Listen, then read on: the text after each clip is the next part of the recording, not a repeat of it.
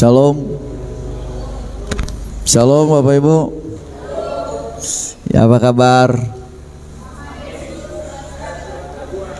Haleluya, haleluya. Puji Tuhan. Kita semua sehat. Ada beberapa jemaat tidak bisa hadir oleh karena sakit, tidak bisa bersama dengan kita. Kita berdoa supaya mereka cepat sembuh, ya. Ada berapa keluarga, kita doa supaya tidak ada yang serius. Katakan amin. Tetap jaga jarak, tetap jaga protokol kesehatan. Bukan berarti takut, tetapi kita percaya bahwa Tuhan memberi hikmat kepada kita. Baik, saudara, hari ini saya akan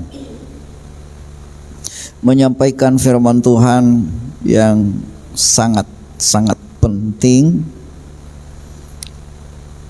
Karena pentingnya, saudara, maka banyak orang tidak mempedulikannya, bahkan tidak menghiraukannya. Saya coba mengajak kita membaca ayat firman Tuhan di dalam, ya ini dia di atas, dalam Kisah Rasul pasal 24 ayatnya yang ke-16.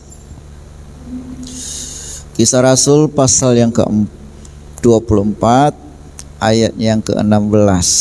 Kalau sudah dapat, kita baca. Dan kalau belum dapat, ini ayatnya ada di atas. Kita baca bersama-sama. 1, 2, 3. Ya, sebab itu aku senantiasa berusaha untuk hidup dengan hati nurani di hadapan Allah dan manusia. Sekali lagi, 1, 2, 3, ya. Sebab itu aku senantiasa berusaha untuk hidup dengan hati nurani yang murni di hadapan Allah dan manusia. Bisa kita sambil melirik-lirik, menghafal, saudara? Kita coba baca sama-sama. Kisah Rasul, mulai dari alamatnya. 1, 2, 3, ya. Kisah Rasul 24 ayat 16. Sebab itu aku senantiasa yang murni di hadapan Allah dan di hadapan manusia. Katakan amin. Nah, judul firman Tuhan ini saya memberi judul hati nurani. Apa Bapak Ibu? Hati nurani. Hati mempunyai beberapa pengertian. Hati ini sangat penting dan hati ini sangat susah dijaga, Bapak Ibu. Mungkin Bapak Ibu berkata, ini udah pernah saya dengar ini ayatnya. Tapi kenyataan, sekalipun Bapak Ibu saudara sudah banyak mendengar ayat demi ayat firman Tuhan ini, tetapi pada dasarnya banyak orang tidak memiliki hati nurani yang murni.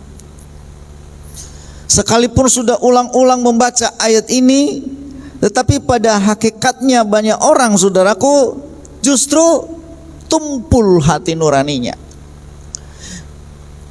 Ketika seseorang tidak memiliki hati nurani yang murni, maka dia tidak punya kepekaan lagi dengan apa yang terjadi, Bapak Ibu. Dia menganggap semua yang terjadi itu hanyalah kebetulan.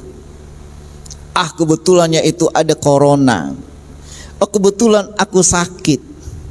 Kebetulan aku begini dan aku begitu. Semua jadi kebetulan. Kenapa? Karena hati nurani sudah mulai tumpul.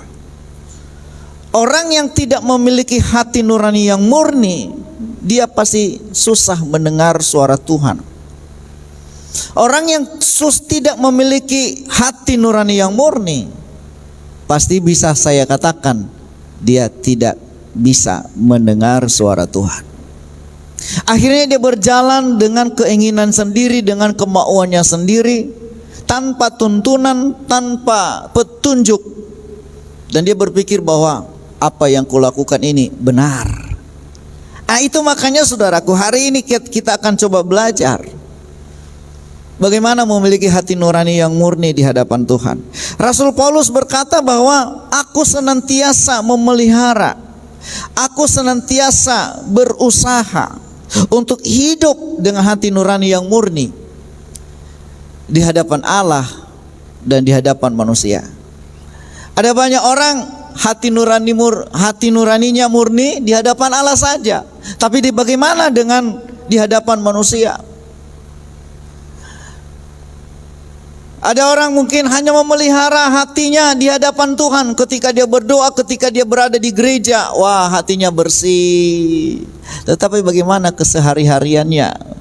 Dia bertemu dengan sesamanya, dia bertemu dengan orang, dia bertemu dengan keluarganya, saudara-saudaranya.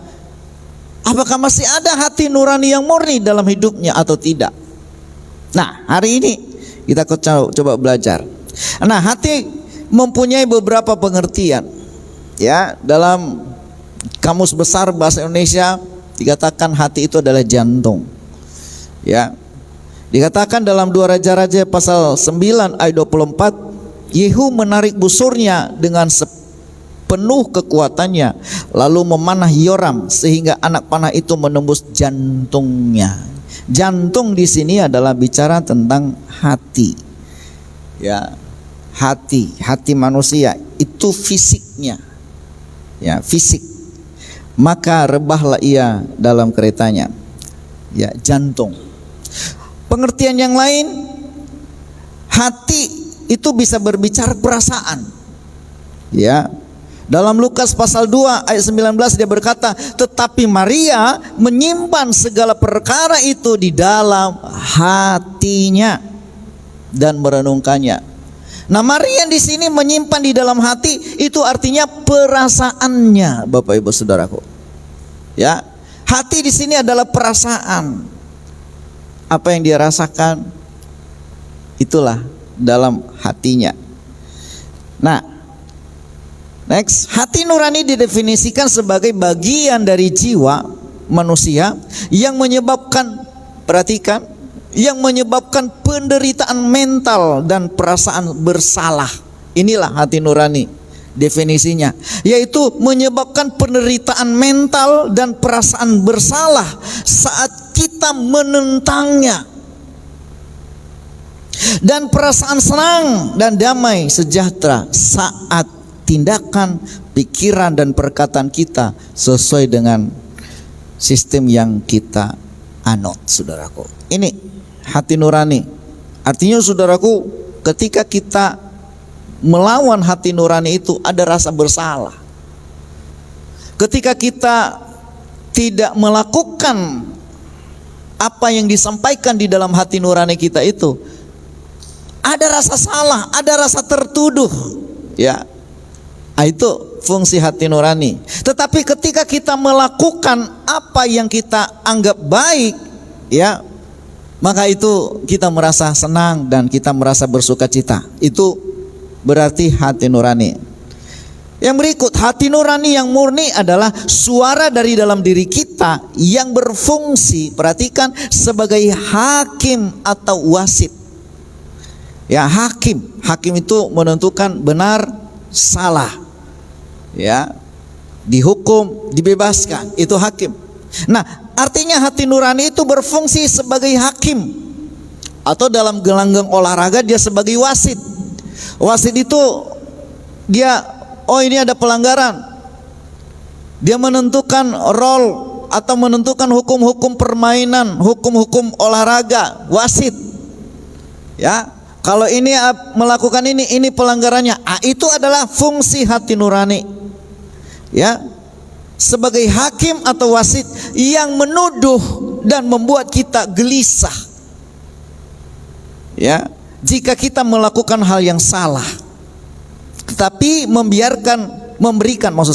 tetapi memberikan rasa damai jika kita melakukan yang benar. Ada dua gendang dalam hidup ini, salah, benar. Ya, ketika kita berada di persimpangan, hati nurani kita mulai berbunyi, oh ini salah, ini benar. Kadang-kadang orang ketika hati nuraninya sudah tumpul, dia nggak tahu lagi, nggak ada suara dalam hidupnya, nggak ada lagi rasa bersalah ketika dia melakukan salah. Orang yang hati nuraninya sudah tumpul, ketika dia melakukan kesalahan, dia nggak merasa bersalah, enjoy saja dia. Kalau anak-anak tidak memiliki hati nurani yang murni, udah bersalah dia nggak merasa salah. Malah kalau bisa pun orang lain itu salah bagi dia. Orang Kristen yang punya hati nurani yang sudah tumpul, ketika dia berada dan melakukan satu kesalahan, hidup dalam dosa, dia nggak merasa baik-baik saja. Makanya hati-hati. Ini sangat penting saya katakan. Percuma Anda beribadah kepada Tuhan, percuma Anda menjadi orang Kristen, kalau Anda tidak bisa memiliki hati nurani yang murni di hadapan Tuhan dan di hadapan manusia. Sia-sia ibadah kita Bapak Ibu, sia-sia apa yang kita lakukan bagi Tuhan, bagi pekerjaan Tuhan, ketika kita tidak memiliki hati nurani yang murni di hadapan Tuhan dan di hadapan manusia. Kita menganggap diri kita udah benar, kita menganggap diri sepelenya. Tapi hati-hati, ada suara kecil di hati nurani kita. Nanti saya akan jelaskan. Ya, jadi ini suara hati di dalam diri kita yang berfungsi sebagai hakim, menuduh kita, membuat kita gelisah saat kita melakukan hal yang salah, dan memberikan rasa damai ketika kita melakukan yang benar. Ini fungsi hati nurani. Jadi next, dapat kita katakan bahwa hati nurani adalah seperti radar, ya, satelit. Ya, ia bisa memantau semuanya yang ada di dalam hidup kita. Itu adalah hati nurani. Ia bisa memantau apa yang sedang terjadi. Oh, ini benar, ini salah. Orang yang memiliki hati nurani yang murni, oh dia pasti bisa membedakan mana yang benar, mana yang salah. Karena banyak orang benar menurut dia, tetapi menurut Tuhan belum tentu benar. Dan kebanyakan orang ia menganggap diri benar. Ini yang salah. Kadang-kadang kalau kita tidak punya hati nurani yang murni, kita menganggap diri sudah benar di hadapan Tuhan. Kita merasa, perhatikan, kita merasa benar. Padahal menurut firman Tuhan kita sudah jauh dari kebenaran. Kenapa? Karena hati nuraninya sudah mulai tumpul dan tidak ada lagi rasa apa-apa. Ibadah pun ibadah hanya sebagai ibadah biasa, nyanyi hanya sebagai satu seremonial, rutinitas, hanya sebagai satu kegiatan ibadah yang dilakukan setiap minggu. Padahal nggak ada lagi kuasa ibadah itu. Nyanyian kita yang kita naikkan itu mentok di asbes ini, nggak naik ke sorga Bapak Ibu. Hanya satu ibadah yang rutin. Dan saya mau katakan, inilah yang sangat ditentang oleh Yesus selama dia berada di muka bumi. Perhatikan dalam perjanjian baru, ia menentang ahli-ahli Taurat, orang-orang Farisi. Kenapa? Karena mereka melakukan ibadahnya sesuai dengan apa yang mereka anggap baik, tapi belum tentu benar menurut Tuhan. Jadi saudaraku perhatikan, ada satu ayat next dalam Matius pasal 5 ayat 23. Kita baca ayat ini dulu. Kalau sudah dapat kita ketemu, kita baca 1, 2, 3. Ya. Sebab itu jika engkau mempersembahkan persembahanmu di atas mezbah, dan engkau teringat akan sesuatu yang ada di dalam hatimu, di hati saudaramu terhadap engkau, tinggalkanlah persembahanmu itu di depan mezbah itu, dan pergilah berdamai dahulu dengan saudaramu, lalu kembali untuk mempersembahkan persembahanmu itu. Bapak Ibu Saudara yang dikasihi oleh Tuhan, ini adalah fungsi hati nurani. Ketika kita mempersembahkan persembahan saja di hadapan Tuhan, lalu ada sesuatu yang gak beres di hati kita, Tuhan bilang tinggalkan itu, gak perlu persembahanmu itu. Kenapa? Yang paling Tuhan inginkan adalah masalah hati Bapak Ibu, bukan penampilan. Bukan penampilan, bukan ibadah dan acara ibadahnya yang paling penting di hadapan Tuhan. Tuhan tidak tertarik dengan acara ibadah, dengan lagu-lagu pujian yang baru, dengan pujian yang hebat, dengan musik yang dahsyat dan luar biasa, aransemen yang hebat dan luar biasa. Tuhan tidak begitu tertarik dengan itu semua, tetapi Tuhan lebih tertarik terhadap hatimu, saudaraku. Katakan amin. Tuhan lebih utamakan hatimu daripada pelayananmu. Tuhan lebih tertarik dan mau membaharui hatimu daripada semua pekerjaan yang kau lakukan bagi Tuhan. Saya renung-renungkan juga sebagai hamba Tuhan. Untuk apa saya melayani kalau hati nurani saya tidak bersih? Untuk apa saya beribadah? Untuk apa saya menjadi seorang hamba Tuhan, gembala, kalau hati nurani saya tidak beres, tidak murni lagi, sehingga kita nggak mendengar suara Tuhan. Makanya dikatakan di sini, Yesus berkata, kalau engkau mempersembahkan sesuatu kepada Tuhan, lalu engkau teringat, si Anu nggak beres sama saya. Alkitab berkata, Yesus berkata, tinggalkan dulu itu, gak usah dulu, nggak laku itu persembahanmu itu. Berdamai, itu yang paling penting. Selesaikan dulu hatimu di hadapan Tuhan. Amin. Halo, amin. Saudara tahu siapa itu manusia? Siapa di sini manusia? Coba angkat tangan. Maaf, ini bukan berarti saudara saya anggap enggak manusia. Siapa manusia? Coba angkat tangan. Ayo. Manusia semua ya. Saudara tahu apa definisi manusia? Manusia itu, saudara berkata aku manusia, tapi apa itu manusia? Ini saya, Bapak Ibu, yang Anda lihat ini adalah manusia, betul.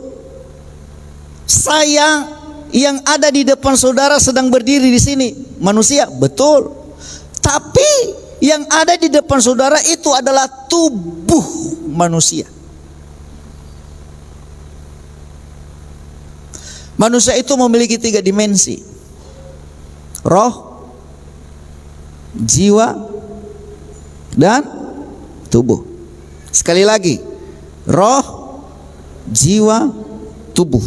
Roh itu dari Allah, maka nanti ketika mati kembali kepada Allah. Jiwa, perasaan, kehendak, kemauan, pikiran, itu adalah jiwa. Tubuh yang Anda lihat ini, kepala, tangan, perut, kaki, itu adalah tubuh.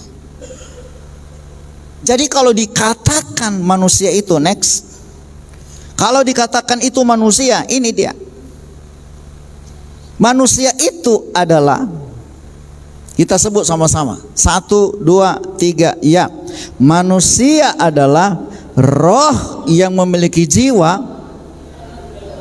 Sekali lagi, 1, 2, 3, ya. Manusia adalah roh yang memiliki jiwa dan tinggal dalam tubuh. Itulah manusia. Banyak orang mungkin nggak tahu dia manusia, tapi dia nggak tahu sendiri apa itu definisi manusia. Inilah manusia itu, roh. Artinya sebenarnya manusia yang sesungguhnya itu adalah rohnya yang dari Allah. Baru memiliki jiwa, memiliki perasaan, memiliki kehendak, kemauan. Lalu tinggal di mana? Tubuh. Ini dia, tinggal di sini. Jadi inti manusia yang sebenarnya adalah roh dan jiwa. Tubuh kembali ke tanah. Makanya kalau mati nanti, mau diawetkan pun saudara, itu tetap jadi tanah. Tubuh yang ada sekarang ini tidak masuk sorga, kembali ke tanah. Kenapa? Karena kita diambil dari tanah. Tapi yang Tuhan selamatkan itu adalah jiwa kita. Itu makanya kita sering berdoa, selamatkan jiwa, selamatkan jiwa, selamatkan jiwa. Jiwanya yang kita mau rebut dari tangan iblis. Dan itulah yang jadi rebutan selama ini. Jiwa orang, jiwa manusia, antara iblis dan Tuhan saling rebutan. Kenapa saudaraku? Karena manusia diberikan free will, hak bebas, pilih mana. Engkau mau ikut sana, Tuhan nggak larang. Kalau seandainya Tuhan bilang udah masuk surga semua, ngomong aja semua manusia masuk surga, masuk semua, nggak repot Tuhan. Tapi sebenarnya Tuhan memberikan free will, hak bebas untuk memilih dalam hidup manusia. Itu makanya Tuhan tidak pernah memaksa saudara untuk ikut Tuhan. Tuhan tidak pernah memaksa saudara melayani. Tuhan tidak pernah memaksa saudara untuk mengiring Dia, enggak. Ada hak bebas. Amin. Jadi sekali lagi, kalau orang tanya apa itu manusia, roh yang memiliki jiwa tinggal dalam tubuh. Perhatikan, ini ada 3 lingkaran. Lingkaran biru itu gambaran tubuh, itu di luar, itulah yang kelihatan. Baru di dalamnya ada yang gambar merah itu, lingkaran merah itu, ini hanya gambaran ya.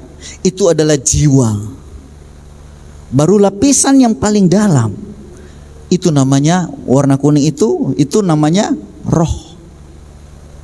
Ya. Nah, di dalam roh ada 3.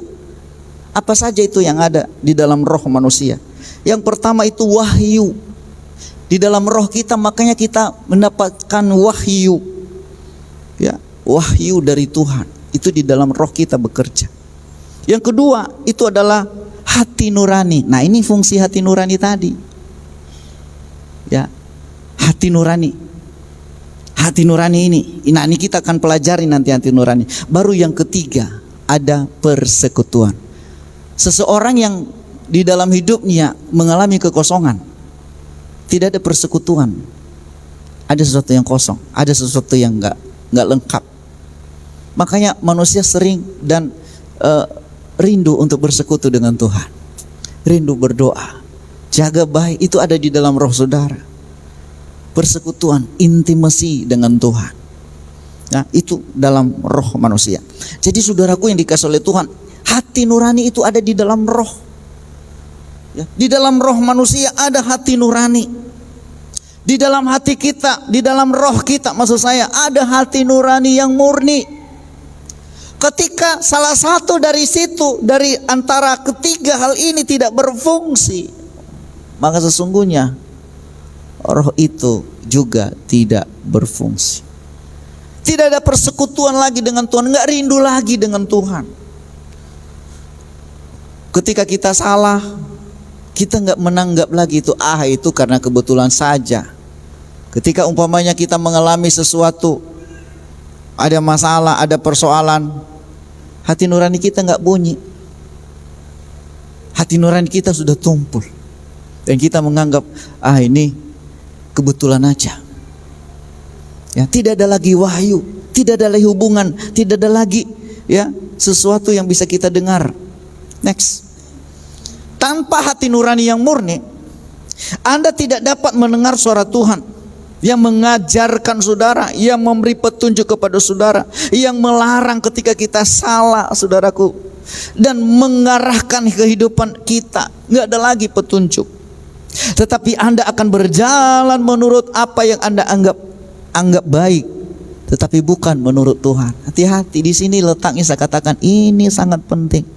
Jemaat Tuhan di GPD Pemulihan, saya berharap milikilah hati nurani yang murni. Katakan amin. Yang sudah lama-lama di sini, udah saya sampaikan hal ini kepada saudara. Milikilah hati nurani yang murni. Dan hari ini dicas lagi, diingatkan kembali. Miliki itu. Kenapa saudaraku? Kalau Anda tidak memiliki hati nurani yang murni, Anda akan berjalan menurut kemauan Anda sendiri, tanpa petunjuk, tanpa arahan, tanpa bimbingan dari Roh Kudus, tanpa bimbingan dari Tuhan. Anda berpikir aku sudah baik, aku sudah benar, tetapi Anda sementara menuju kebinasaan. Makanya ada ayat firman Tuhan berkata, ada orang yang menganggap jalannya lurus, padahal ujungnya menuju maut. Kenapa? Karena tidak ada lagi arahan, tidak ada lagi hati nurani yang murni. Next. Hati nurani yang murni. Tanpa hati nurani yang murni, Anda tidak dapat hidup tenang. Enggak tenang. Makanya kalau ada orang gelisah, Pernah saudaraku menemukan orang gelisah, nggak tenang dia. Udah dikasih makan nggak tenang, udah dikasih duit juga nggak tenang dia. Biasanya kalau dikasih duit ibu-ibu lagi demam pokoknya, bapak-bapak coba kompres dengan uang ratusan ribu, wah, itu demamnya bisa turun. Pernah coba? Cobalah. Biasanya kalau ibu lagi nggak ada duit, aduh susah memikirkan belanja, memikirkan ini, udahlah kompres dengan uang itu. Sembuh dia? Belum tentu. Gelisah. Mau disogok dengan uang gelisah. Ya. Mau apapun dikasih makan. Mau makan apa? Mak, Pak, bakso. Bakso apa? Enggak, gelisah. Tidur enggak bisa, nonton pun menatap kosong pandangannya, gelisah. Orang yang hati nuraninya tidak murni, dia tidak akan mengalami ketenangan. Coba ayat firman Tuhan Amsal 28 ayat 1, kita baca ayatnya di bawah. Orang fasik lari, tetapi orang benar. Nah, orang fasik ngapain dia? Lari. Walaupun gak ada yang ngejar dia. Nah, sama seperti gambar ini. Padahal gak ada yang ngejarnya. Gelisah. Gitulah orang yang mengalami hati nurani yang tidak murni. Hati nurani yang gak benar lagi, gak murni. Dia mengalami, dia melihat orang ketakutan. Apapun yang terjadi di sekitarnya, takut, takut, dan takut. Saya mau katakan, dengar berita corona, takut dia. Dengar sirene bunyi, ada, jangan-jangan tetanggaku, jangan-jangan virus dan lain sebagainya. Gelisah terus hidupnya. Kenapa? Hati nuraninya nggak murni lagi, Bapak Ibu Saudaraku. Makanya dikatakan orang fasik lari. Ya, kenapa lari? Walaupun tidak ada yang mengejarnya. Tetapi orang benar aman. Seperti apa katanya? Singa muda. Coba perhatikan film-film animal atau film-film binatang. Singa muda itu, merasa gagah dia. Ya kan?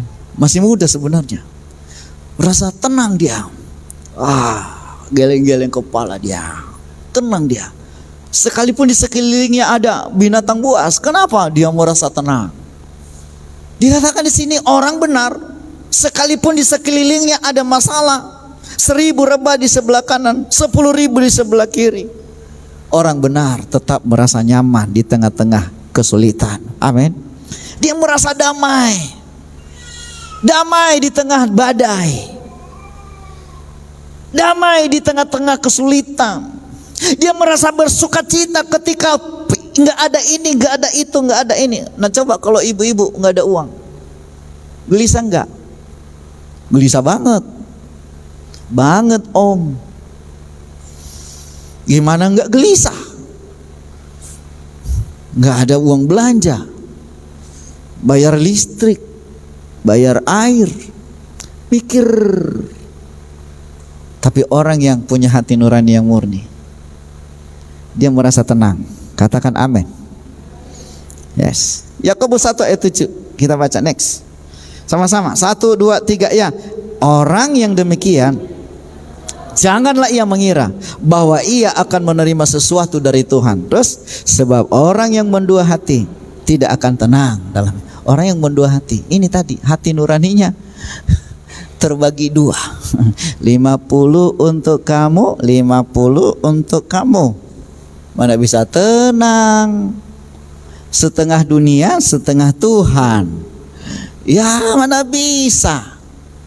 Makanya saudaraku nggak akan tenang. Orang yang berdoa kalau hati nuraninya tumpul, hati nuraninya tidak murni, dia akan tidak mendapat sesuatu dari Tuhan. Makanya dikatakan orang yang demikian janganlah ia mengira ia menerima sesuatu dari Tuhan. Kenapa? Kalau hati nuraninya tidak murni lagi. Katakan amin. Kita baca next Ada beberapa ya dalam 1 Timotius. Masalahnya saudaraku, banyak orang menolak ya. Menolak hati nurani yang murni itu. Dan karena itu kandaslah iman mereka. Orang yang menolak hati nurani yang murni bisa mengakibatkan iman seseorang itu kandas. Tahu kandas? Tahu kandas? Apa itu kandas? Cari di Google. Tanya apa itu kandas, Om Google. Ya. Nanti kalau sudah ketemu kasih tahu sama saya. Kandas. Tidak bisa lagi bangkit, tidak bisa lagi berbuat apa-apa. Kandas dari kembali ke titik nol. Itu namanya kandas. Dimulai lagi dari bawah.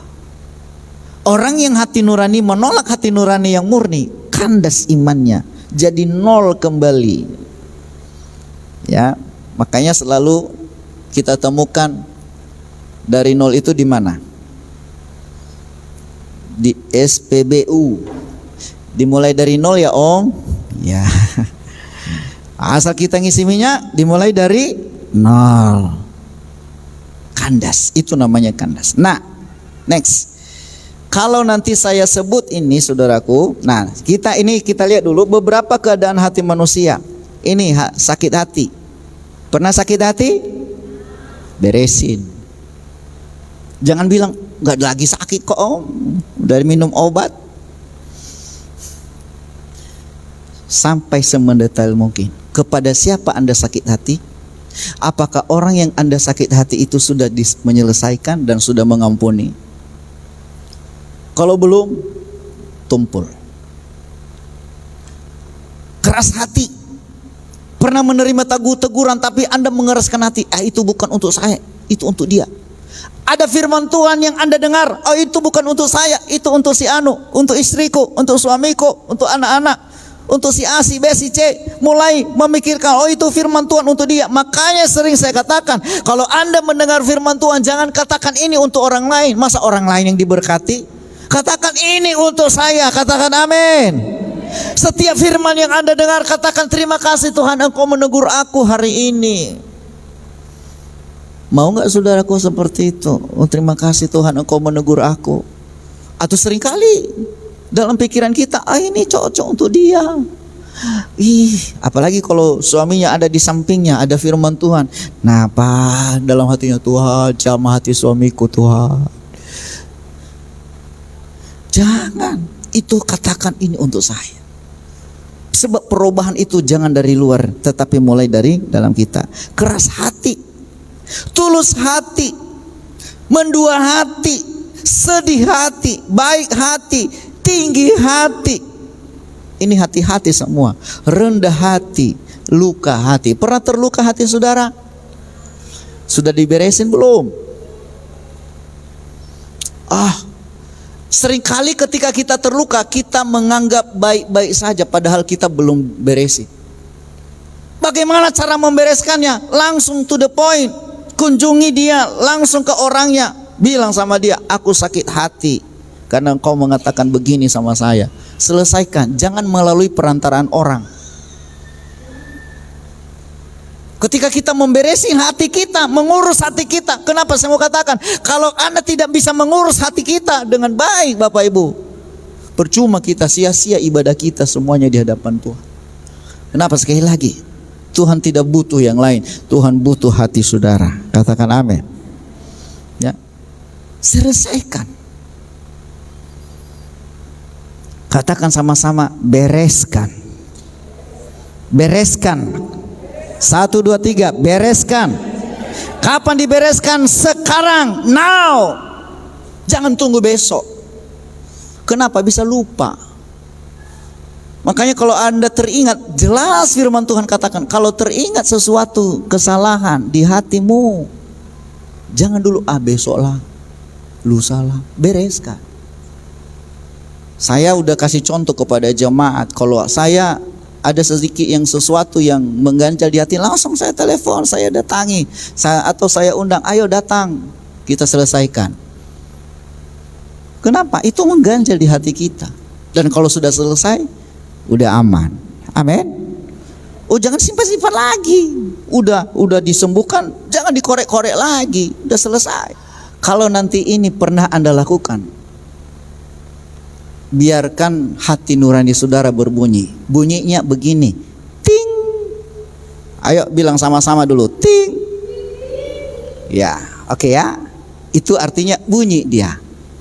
Oke, yang pertama. Pernah Anda bohong dan menipu orang lain? Banyak tingnya ya. Pengakuan. Bunyi hati nuraninya. Itu namanya bunyi. Seperti itu. Berikut. Next. Pernah mencuri, tidak mengembalikan pinjaman? Pernah mencuri? Coba. Enggak ngaku. Sekali lagi, pernah mencuri? Ting. Mencuri apa? Mencuri barang orang. Dari kecil curi pensil, curi buku, curi uang mama. Ini yang curi uang mama sering, iya kan? Ini pengakuan. Jadi sekali lagi, pernah mencuri? Wah, mulai banyak. Tadi pertama kan agak senyap-senyap, malu-malu ngakunya, ya kan? Tapi coba, tidak mengembalikan pinjaman. Pernah saudara minjam lalu tidak mengembalikan? Nggak ada bunyi. Pernah meminjam barang, pinjam Tupperware, nggak dipulang-pulangkan. Coba tanya sebelah saudara, berapa banyak barang pinjaman di rumahmu? Buku lah, pensil lah, kaset lah, pulsa lah. Bukan hanya uang yang dipinjam, ya kan? Pinjam apa? Pinjam celana, pinjam baju, ikat pinggang, sepatu, ya kan? Ada lagi yang sering pinjam kalau lagi musim hujan. Pinjam apa? Mantel. Berapa banyak saya beli mantel di Pastori, selalu hilang. Kenapa? Karena setiap hujan dipinjam. Pinjam om? Ya, nggak pulang-pulang. Makanya bilang sebelahnya, berapa banyak pinjaman di rumahmu? Kembalikan segera. Kalau hati nuraninya nggak murni, itu nggak bunyi. Itu aja kok mantel. Tapi kalau hati nuranimu sudah murni, walaupun kecil yang Anda pinjam, ada rasa tertuduh, itu bukan milik saya. Seringkali ketika kita di mana-mana, pinjam dulu pulpen, kan kita nggak bawa pulpen, pinjam pulpen. Begitu kita dikasih, sudah selesai langsung masuk kantong, lupa mengembalikannya. Pulpen kecil, sepele, berapalah hasil, berapalah beli pulpen, 2.000. Tapi hati nurani yang murni, dia tidak sampai hati, walaupun hanya 2.000, ada bunyi itu. Bunyinya gimana? Ting. Biasakan bunyi itu, Bapak. Kecil. Pinjam sana, pinjam sini, ya. Mengambil yang bukan hak kita, ada tingnya? Nggak ada. Oke, sekali lagi saya tanya, tidak mengembalikan pinjaman. Pernah meminjam tapi tidak mengembalikan pinjaman, ada? Wah, pengakuan. Anda tidak dipermalukan di sini, tapi Anda harus mempermalukan setan, iblis yang menghalangi hati nurani kita. Next. Pernah gosip? Fitnah? Agak berat itu om.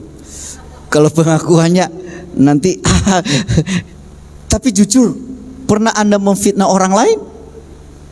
Nah, masih ada suaranya. Bersyukur kalau masih ada berbunyi seperti itu. Artinya ada pengakuan. Daripada nggak bunyi-bunyi om. Kenapa? Tumpul.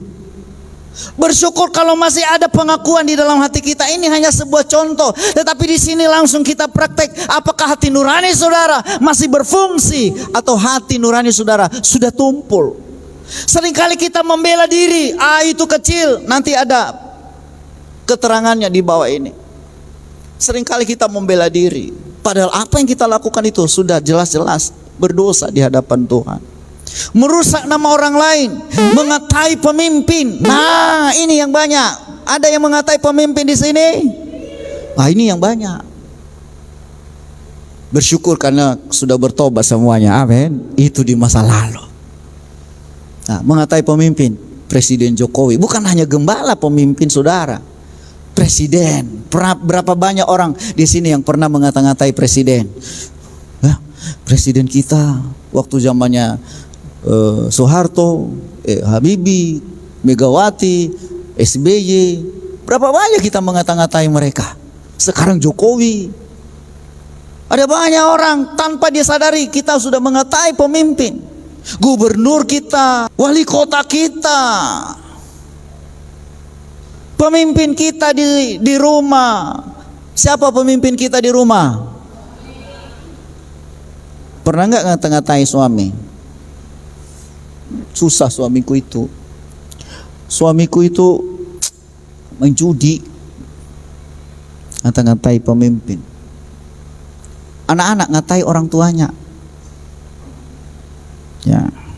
Terus bertobat kalau ada pentingnya. Oke, yang berikut, pernah melukai orang lain dengan kata-kata, tindakan fisik? Pernah? Kata-kata kita itu lebih tajam daripada fisik. Seperti silet, kita melukai sampai hatinya. Kalau Anda pernah bertobatlah. Amin. Yang berikut, pernah melakukan percabulan dengan orang lain? Nah, ini nggak ada yang berani. Berat ini om, berat. Yang berikut, ya, perbuatan merugikan orang lain, memberontak, merusak hidup orang lain. Apa maksudnya ini? Merusak hidup orang lain. Kita merusak hidup orang lain.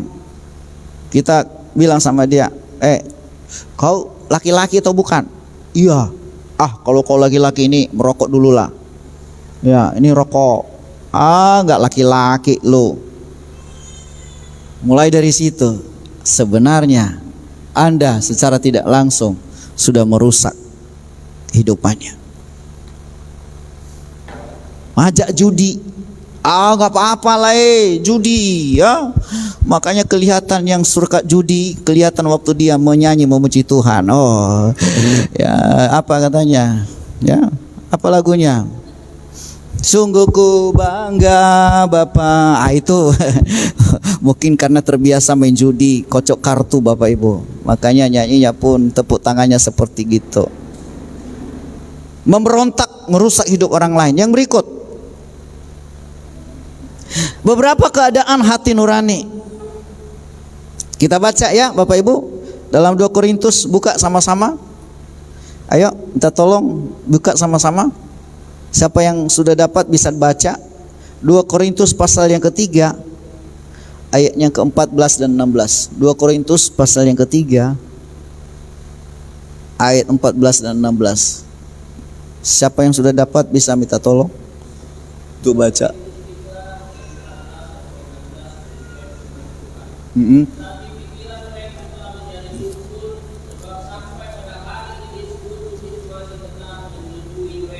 Ya.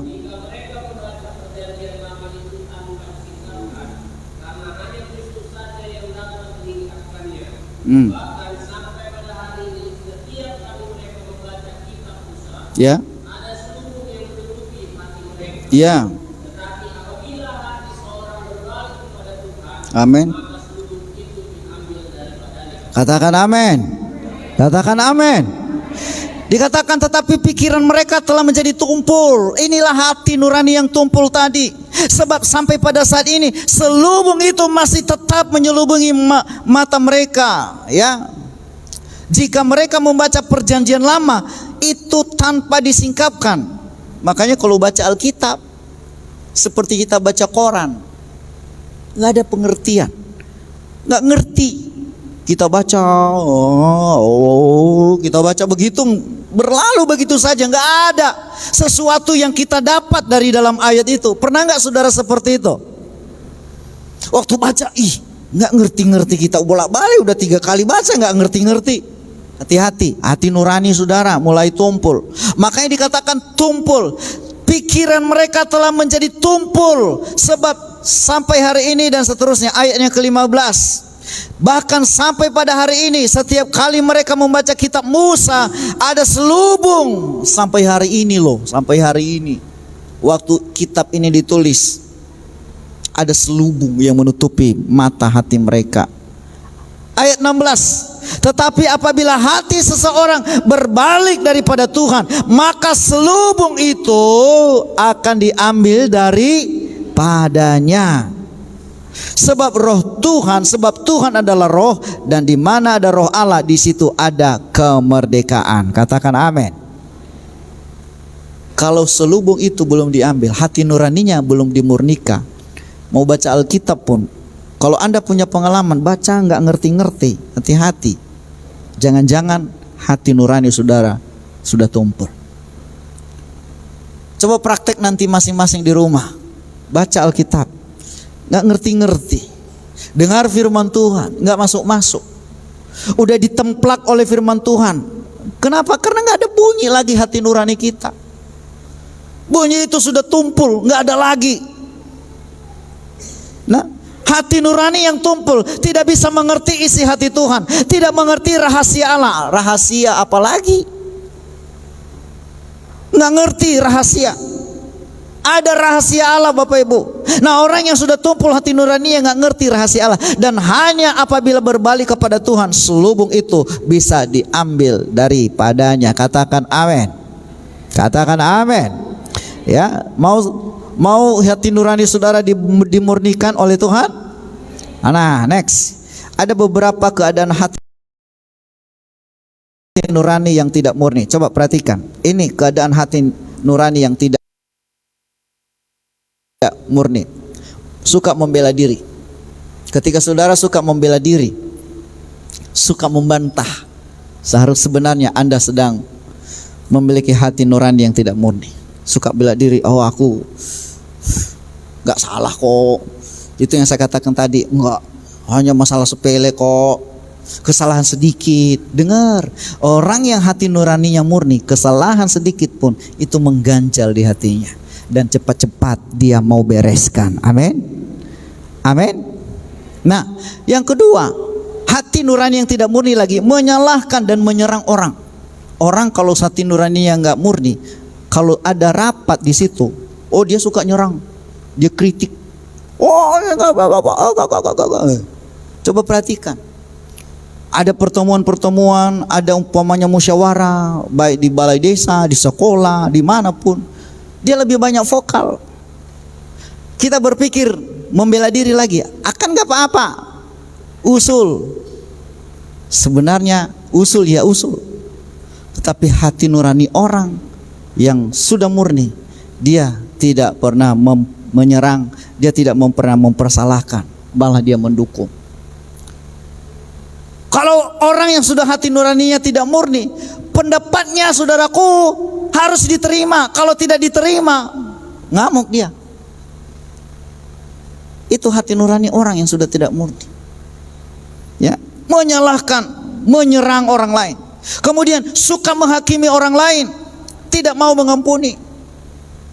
Halo, hati-hati dengan ini. Suka menghakimi, kemudian tidak mau mengampuni. Kemudian tidak tegas, suka kompromi. Dosa sikit-sikit kan gak apa-apa, sikit-sikit berbuat salah. Orang yang punya hati nurani yang murni, jangankan dosa besar, dosa sedikit aja, kesalahan sedikit aja gak nyaman dia. Ada kesaksian Bapak siapa kemarin, Pak Joy Harefa. Di tempat dia kerja, ya menurut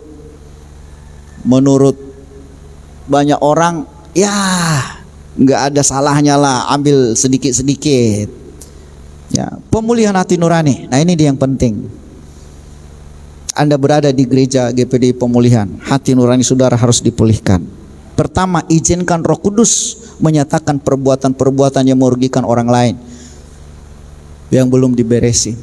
Ada tadi yang ting tadi, bereskanlah secepatnya. Ya, bereskan. Merugikan orang lain, menyakiti hati orang lain. Ya. Bereskan secepatnya. Ya. Tolak pembelaan pikiran. Ini yang saya katakan, tolak. Pikiran cenderung membela diri, tetapi hati nurani membela Tuhan. Nah, ini dia, beda ya. Pikiran selalu membela diri. Nah, apa contohnya? Terus, next. Ya. Itu sudah lama kok. Waktu masih kecil aku mencuri, beresin. Waktu masih kecil aku melakukan itu, beresin. Itu akan tertuduh terus. Itu akan terus saudara bawa dalam sepanjang hidup saudara. Kalau Anda tidak beresin, itu akan menjadi beban dan itu menjadi bumerang bagi saudara. Makanya jangan heran, kenapa aku sudah kerja, udah begini, aku kok nggak hidup diberkati ya? Rasa tertuduh, terus rasa tertuduh, terus.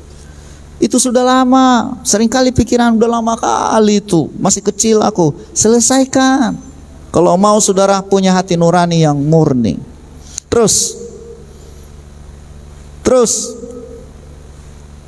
next. Hanya masalah kecil, itu kecil. Terus segala sesuatu semakin baik kok, udah aman-aman kami sudah main-main. Kami sudah saling senyum-senyum, selfie kan itu, kami sedang aman-aman padahal belum diberesin.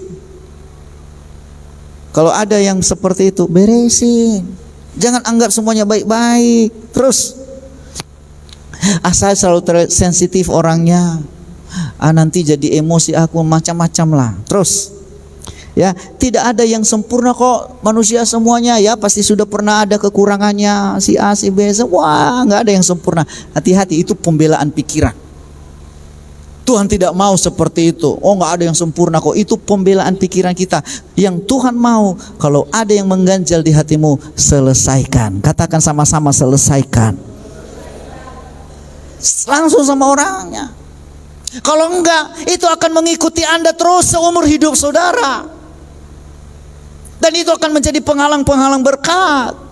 Anda berdoa tidak pernah naik di hadirat Tuhan. Kenapa? Ada yang mengganjal di hati saudara yang belum saudara selesaikan. Hati nuraninya sudah tumpul. Terus mereka tidak akan mengerti. Itu pembelaan pikiran terus.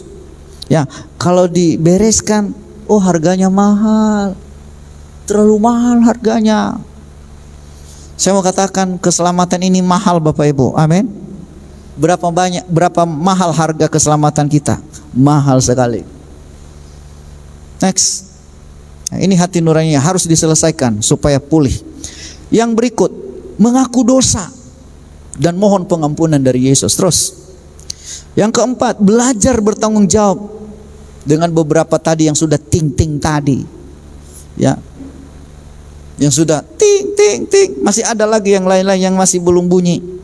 Beresin itu segera. Kalau enggak, saudara akan terus hidup dalam tekanan, dalam kegelisahan. Mungkin saudara berjalan seperti biasa, kerja seperti biasa, makan seperti biasa, tapi sebenarnya hati saudara sudah banyak terluka. Selesaikan. Ada beberapa petunjuk. Terus langsung kepada orang yang bersangkutan. Sama-sama katakan, langsung kepada orangnya. 1, 2, 3, ya. Langsung kepada orang. Jadi kalau mau beresin jangan melalui perantaraan. Tolong dulu dong, jadi perantara bagi kami. Jangan, langsung orangnya. Kalau boleh jangan libatkan orang lain. Kalau Anda mau menyelesaikan masalahmu, sakit hatimu, masalahmu kepada orang itu.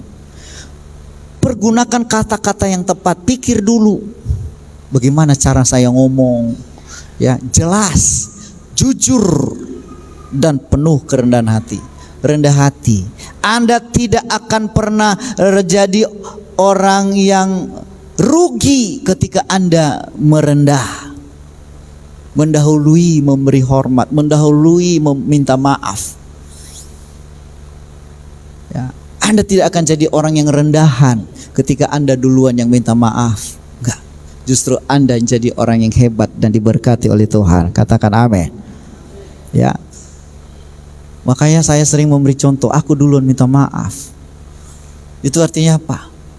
Supaya jemaat semua juga belajar mendahului minta maaf, walaupun kita nggak salah. Ada orang berkata minta maaf itu adalah bukti karena dia salah. Bukan. Justru minta maaf adalah bukti Anda rendah hati. Katakan amin. Orang yang sombong nggak pernah minta maaf. Siapa dia? Wah, siapa dia? Siapa rupanya gitu? Wah, aku nggak tahu, aku nggak kenal sama aku. Wah, ini sombong. Tapi orang yang rendah hati selalu minta maaf terlebih dahulu, walaupun dia tidak salah. Bukan berarti ketika kita maaf kita berarti salah dong. Kita malu sama orang lain, jangan. Bukan kita yang malu, tapi iblis dipermalukan. Katakan amin. Kenapa saudaraku? Karena kita ada di dalam hadirat Tuhan. Kita ngerti firman Tuhan. Orang yang minta maaf itu adalah orang yang berani bertanggung jawab terhadap kesalahannya. Ya, pergunakan kata-kata yang tepat. Terus, next, bereskan mulai dari kasus yang paling berat. Kalau ada hal-hal yang berat yang belum Anda selesaikan, itu dulu. Oh, pernah aku melukai hati orang ini. Aku pernah melukai hati si A, si B. Dengan kata-kata saya dia sakit hati. Selesaikan, bereskan. Baru mulai sesudah itu hal-hal yang kecil. Terus. Jangan libatkan orang lain dalam pengakuan. Jangan bela diri. Dalam waktu kita menyelesaikan, jangan bela diri. Oh iya, waktu itu sih ya memang, jangan banyak cerita. Pokoknya minta maaf saja. Banyakkan kita kalau minta maaf tapi kita menembak orang. Nah, ini orang yang tidak murni hati nuraninya. Dia mau menyelesaikan tetapi dia malah mencurahkan isi hatinya dan mempersalahkan orang lain. Ini orang yang tidak selesai, ini orang yang tidak beres hati nuraninya. Orang yang sudah beres hati nuraninya, dia betul-betul merendah. Dan walaupun apapun yang terjadi, dia tidak banyak komentar. Dia betul-betul to the point dan dia tepat pada sasaran. Minta maaf. Soal responnya mau terima atau tidak, duluan. Yang penting hati kita beres di hadapan Tuhan. Katakan amin. Masih adakah saudaraku orang-orang yang pernah melukai saudara sampai hari ini? Masih hidupkah dia? Kalau sudah mati, minta ampun sama Tuhan. Gak bisa lagi minta maaf sama orang mati. Tapi ketika dia masih hidup, sebelum dia mati, selesaikan terlebih dahulu. Ya, jangan libatkan orang lain dalam pengakuan saudara. Berikut, Bapak Ibu pikir jadi orang Kristen ini hanya jadi terdaftar aja? Enggak. Sampai hati nurani kita pun harus beres. Kalau enggak, sia-sia semuanya. Ya, bersiap menerima penolakan. Seandainya saudara ditolak, maaf, saya tidak mau menerima. Siap. Yang penting hati saudara beres. Amin. Dia mau terima tidak terima, urusan saudara. Yang penting minta maaf. Selesai. Kenapa kita terlalu sombong manusia? Memang manusia itu kesombongan yang tidak disadarinya. Itu makanya Tuhan mengajar kita. Yesus dari tempat yang tinggi, dia berani jadi orang yang rendah. Ditolak dia, saudaraku. Ketika saudara ditolak, anggaplah itu Yesus sudah pernah ditolak. Aku pun ditolak untuk minta maaf.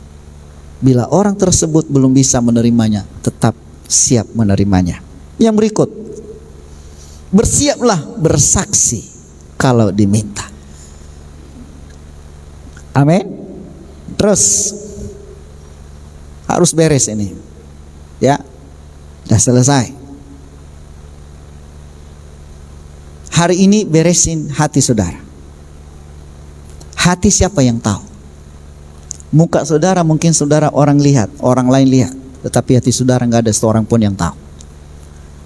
Terselubung. Dan hanya kita yang tahu dengan Tuhan. Tapi percayalah, ketika hati nurani kita sudah dibereskan, maka berkat-berkat Tuhan juga akan mengalir kepada kita. Doa-doa kita akan dijawab oleh Tuhan. Kenapa? Kita punya hubungan intim dengan Tuhan. Bereskan hati saudara.